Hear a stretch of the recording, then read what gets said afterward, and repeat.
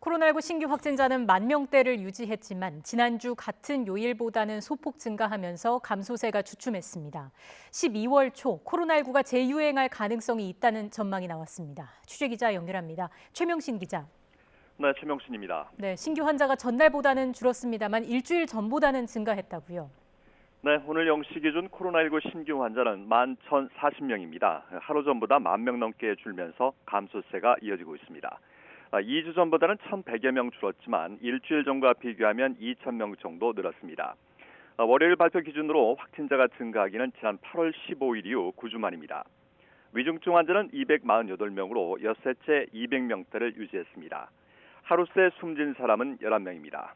이런 가운데 오는 12월 초 국내에서 코로나19가 다시 유행할 거란 전망이 나왔습니다.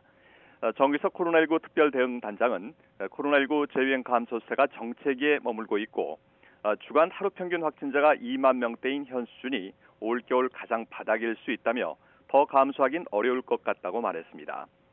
정 단장은 지금부터는 환자가 증가할 일만 남았고 우리보다 한 달 정도 빠른 유행 추이를 보인 독일과 이탈리아 등에선 최근 확진자가 다시 늘기 시작했다며 우리도 12월 초쯤 본격적인 재유행이 발생할 가능성이 있다고 전망했습니다. 그러면서 12월 초 우리 국민의 25%가량만 면역력을 갖출 것으로 예측했습니다.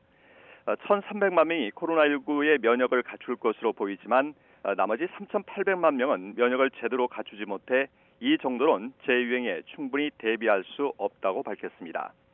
정 단장은 그런 만큼 특히 60세 이상 고령층의 계량 백신 접종 참여를 거듭 당부했습니다. 코로나19와 계절 독감이 동시에 유행하는 트윈데믹 우려가 커지는 가운데 오늘부터는 만 70에서 74세 사이 고령자의 독감 무료 백신 접종이 가능합니다. 앞서 지난 12일부터 75세 이상 고령자의 독감 백신 접종이 시작된 데 이어서 20일부터는 65에서 69세 사이 고령자를 대상으로 순차적으로 확대됩니다. 무료 접종은 지정된 동네 병원이나 의원, 보건소에서 실시하고 있는데요. 주소지에 관계없이 전국 어느 곳에서나 접종이 가능합니다. 지금까지 사회부에서 YTN 최명신입니다.